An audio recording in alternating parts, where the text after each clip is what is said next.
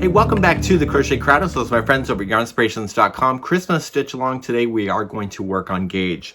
So the yarn that I decided to use for the stitch along in the study of the journey is Patons Inspired. Now when I get yarn, see there's no barcoding, there's no extra detail. I get the yarn when it's in prototype format. So one of the secrets behind the scenes of this particular blanket is that I got the yarn well before it actually went live to the consumer base. So the colors that I used are colors that I was given for prototyping in order to take a look at this yarn. So I have all the colors here and I only have like just a few balls of each. And so what I'm going to do for my study that I'm going to film is that I'm just going to go through my collection and just pull the yarn that I want to use. I'm one of those people where if I'm going to do it twice, I want to do the second one completely different than the first as far as color wise so that it keeps me interested.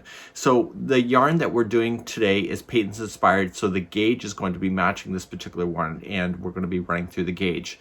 Now let's talk a little bit about the book next. The study of the journey is going to be in our book. This is not a free book. The pattern is not a free one as well. So if you would like to follow along for the instructions, there's crochet diagrams, also written instructions to be able to follow, and blown up photography inside this book.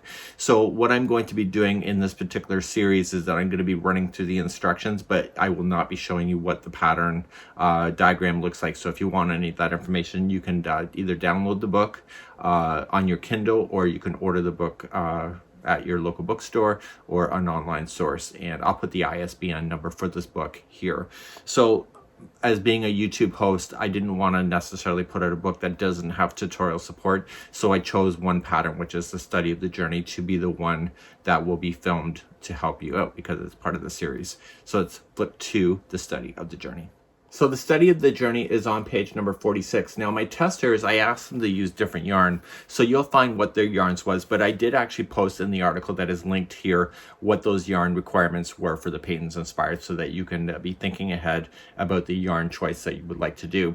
So if you want to see what the other team members did for the testing, that has been listed inside this book. So what we have here is that we are going to go through this. So if you're substituting your yarn, which I have no issues with, just make sure that your gauge matches. Because this is going in a round circle, if your gauge doesn't match, you have the potential of your Afghan to buckle or to ruffle. So this Afghan should sit completely flat, and we have to test our gauge. So without further ado, we're going to head on over to the table and I'm going to show you a gauge check so that you can make some informed decisions about the yarn that you're deciding to use. And again, color is kind of irrelevant, but if you'd like to follow exactly the color outline, you can do that here in the book as well. So let's head on over to the studio table and let's do that now. So each one of our hands are different on the way that we structure our stitches. It's called tension or gauge. So when the gauge is given for this, this is my own tension that has been applied to there. So every particular pattern that's out there, the tension or the gauge is actually different towards whoever actually designed it. So what I want to do is that I want to match the gauge, and here's the Patons Inspired. So if you didn't know this, from what I understand for Patons Inspired, the entire color line is inspired by the exterior home colors that you would find across Canada. So that's actually pretty cool. So I'm going to recommend a 6.5mm size K crochet hook, and you can try that, and then you're going to do a gauge swatch. You don't need to wreck the yarn in order to do that. We just want to test our gauge and make sure that the hook is going to match and then adjust accordingly. So let's do a gauge check. So I'm going to recommend that you chain a total of 16. Now it's been a year since I crocheted the original sample, so my gauge in my own hands can actually change in that time frame. So what I want you to do is create a slip knot and chain a total of 16. So 1, 2, 3, 15, and 16. So for those that know how to do gauge, you know that this is probably longer, which it is, than 4 inches, but when it compresses down, that's what we're worried about. So what I want to do is create more stitches so that if it does compress, then you know how many more stitches that it would be and how to adjust your hook afterward. So let's begin row 1. So go second chain from the hook, just get the back hump of the chain. So just count it back, so 1 and 2, and I want you to single crochet on the back hump of the chain all the way across your row. So please do this. This is row number 1. So now that I got all the way across on row number 1, I want to check already. So I'm just gonna lay it down, and you can see that it's bigger than 4 inches. or 10 centimeters, depending if you were doing metric. So what I'm going to do is that I'm going to continue using that. So it is a little bit bigger than what I need, but the fact is that it's better to be bigger than it is for this to be like at 3.5 inches. So that I'm going to continue with that hook in order to get my sizing. So what I need you to do is just turn your work and begin row number 2 all the way to 4 inches tall. So now that the work is turned, just chain up 1 and just do 1 single crochet in each of the stitches all the way across. And then when you get back to the other side, just turn your work, chain 1 and 1 single crochet across. And your goal is to get this to be 4 inches from this point here all the way to the top point.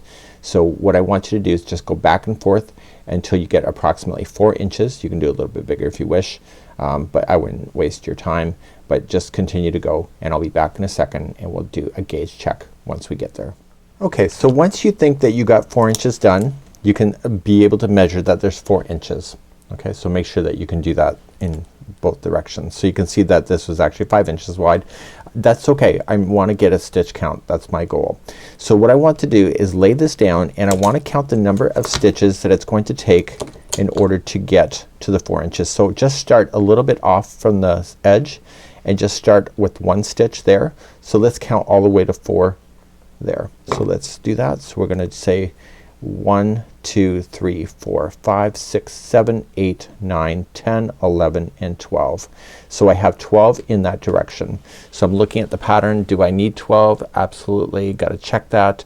The gauge is 12 single crochets by 13 rows. So 12 is correct. Now if you got to the 4 and it was like 13 or 14, it means that you're crocheting too loose. So what I would recommend is try again using a smaller hook, maybe a 6 millimeter or even a 5.5 millimeter. So that's either an I or a J. So just to get yourself smaller. Now if you crocheted along here and all of a sudden that you have your 12 and it's around the 3 inch mark, it means that you're being really tight. So you have to increase your hook size in order to get it. Concentrate on the width more than anything. So we know it is 12 single crochets in one direction. Turn it the other way and we had 13 rows high, I believe that it was. Let me just quickly look over. So 13 rows. So I want to check that. So I can look at each one of these. See how it's kind of ribbed?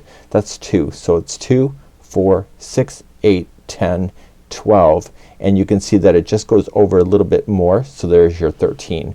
Again, if you're gonna do your gauge, concentrate on the width more than anything, and that should be good to go. So do your gauge check with the yarn that you wish to use. You notice that I did not fasten this, I didn't clip this off. So what I'm gonna do now that I confirmed, I'm just going to rip it out or frog it out, put it back with the yarn ball so that it's still one piece, and I can use that in the future so it's not a waste. So please do your gauge checking, and next time I see you we'll be progressing into the pattern.